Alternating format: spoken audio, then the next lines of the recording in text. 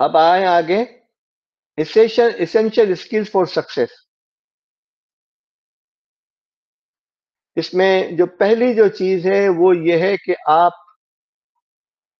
اپنے وقت کو بہتر طریقے سے مینیج کر سکتے ہو. فوری اور اہم میٹرکس کا استعمال کریں، کاموں کو ترجیح دیں. پاکستان کے نماز کے اوقات کو قدرتی کام کے وقفوں کے طور پر استعمال کریں. روزانہ، ہفتہ وار اور ماہانہ اہداف کی منصوبہ بندی کریں، یعنی روزانہ کی، ہفتہ وار کی اور ماہانہ کی. یہ نہیں ہے کہ روزانہ آپ کرتے رہیں. وقت ضائع کرنے والی سرگرمیوں کو ختم کریں، ایلیمینیٹ دی ٹائم ویسٹرز. اب آپ آئیے آگے، ہم جو آپ کو بتا رہے ہیں وہ ایک شیڈول ہے جس کو آپ دیکھنے کی کوشش کریں. اور وہ شیڈول یہ ہے کہ جس کو دیکھنے کے بعد آپ کو اندازہ ہوگا کہ آپ کو کیا کرنا چاہیے. یہ شیڈول جو ہے وہ آپ کا ڈے پلانر ہے. اس کے اندر آپ اوپر سے نیچے جو ہے وہ ورک کی لسٹنگ بنا لیں کہ آج آپ کو کیا کیا کام کرنے ہیں. اس کی نمبرنگ کر لیں 1 سے 20 تک، اور اس کے بعد جو ہے اس کے اندر ڈسکرپشن لکھیں، اور پھر جو ہے آپ اس کی ترجیحات متعین کریں. پی سے پرائیورٹی ہے گرین کے اندر کہ میری ترجیح کیا ہے. ہم ترجیح کے حوالے سے اگلی سلائیڈ کے اندر آپ کو بتا رہے ہیں. ڈی مینس کسے آپ نے ڈیلیگیٹ کیا ہے، اور سی مینس اس کا کمپلیشن اسٹیٹس کیا ہے. اب فرض کریں کہ آپ کمپیوٹر استعمال نہیں کرتے تو اس کی آپ پرنٹ لے لیں، اور اگر کمپیوٹر استعمال کرتے ہیں تو ایکسل لے لیں. لیکن اگر اپلیکیشن استعمال کرتے ہیں تو اس چارٹ کی آپ کو ضرورت نہیں ہے، وہیں سے کافی ہو جائے گا. اب آپ کے ٹائم بلاکس دیے ہوئے ہیں 6 سے 9 سے لے کر رات کو 6 سے 10 تک. ان ٹائم بلاکس میں آپ ٹکس لگا دیں کہ یہ ان ٹائم بلاکس میں مجھے کرنا ہے. جب یہ چیزیں ہو جائیں گی تو آپ کا پورا دن کا اسٹرکچر بن جائے گا. یہ چیزیں جو ہیں آپ اپنے کاموں کے لیے بھی کر سکتے ہیں. اگر خود بھی کر رہے ہیں تو ڈیلیگیشن نہیں ہوگا. اگر ڈیلیگیشن نہیں ہے اور آپ کسی کے ساتھ مل کر کر رہے ہیں تو ڈی کو سی کر دیں، کوآپریشن ہو جائے گا. لیکن کمپلیشن اسٹیج اور اس کی رینکنگ آپ کو دینا بہت ضروری ہے. اب آئیے دوسری چیز، اور اس کا نام ہے کہ بلاک ٹائم.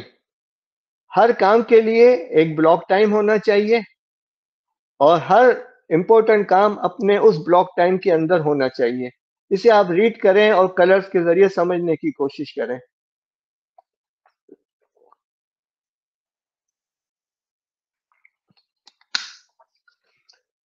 دیکھیں، ہم نے اے سے لے کر جے تک جو ہے وہ ٹائم دیا ہے جس میں آپ جاگتے ہو، کہ ہم نے رہنے کے لیے کیا ہوا ہے.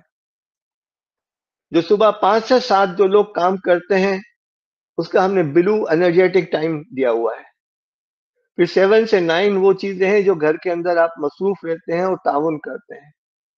پھر 9 سے لے کر شام کے 6 بجے تک جو ہے آپ بزنس اور کام میں لگے رہتے ہیں. پھر 6 سے 8 آپ ایک ایسے ماحول میں رہتے ہیں جب لوگوں کو کال کرتے ہیں، لسن کرتے ہیں. یہ بلاک ٹائم ہے، سجسٹڈ ہے. 8 سے 10 کوئی ایکٹیویٹی ہے جس میں آپ گھر میں فیملی کے ساتھ بیٹھتے ہیں. 10 سے 11 بھی یہی ہو سکتا ہے. پھر اس کے علاوہ سیٹرڈے سنڈے کو جو وائٹ ایریا ہے اس میں آپ کیا کریں گے. پھر آپ کوشش کریں کہ اس چارٹ کے ذریعے سے 3 ہفتے ایکسرسائز کریں اور اپنے آپ کو مارکس دیں اور نوٹس بنائیں. اس بات کو یاد رکھیں کہ work expands according to time available. ہم نے میٹرک کا امتحان دیا تھا، 3 گھنٹے کے اندر 20 صفحے لکھے تھے. لیکن اگر وہ 3 گھنٹے بڑھا کر 5 گھنٹے یا 1 دن کر دیا جاتا تو وہ کام ہم 1 دن میں کرتے، اور اگر اسے 1 ہفتہ کر دیا جاتا تو 1 ہفتے میں کرتے. لیکن کوئی ٹائم لمٹ نہیں دی جاتی تو وہ کام کبھی بھی ختم نہیں ہوتا. تو لہٰذا کوئی بھی کام آپ کریں، کوئی بھی ٹاسک کریں، کوئی بھی اسائنمنٹ کریں، کوئی بھی پروجیکٹ کریں، وہ ٹائم باؤنڈ ہونا چاہیے. ٹائم باؤنڈ کے اندر 2 چیزیں ہیں، وقت کی مقدار اور اینڈ ٹائم. مقدار، کوانٹیٹی، اور اینڈ ٹائم. تو اس پہ ہمیشہ خیال رکھیں. اب آپ آئیے اگلا جو خوبصورت سا کام ہے کہ آپ کے پاس دن کے اندر کرنے کے 40 کام ہیں.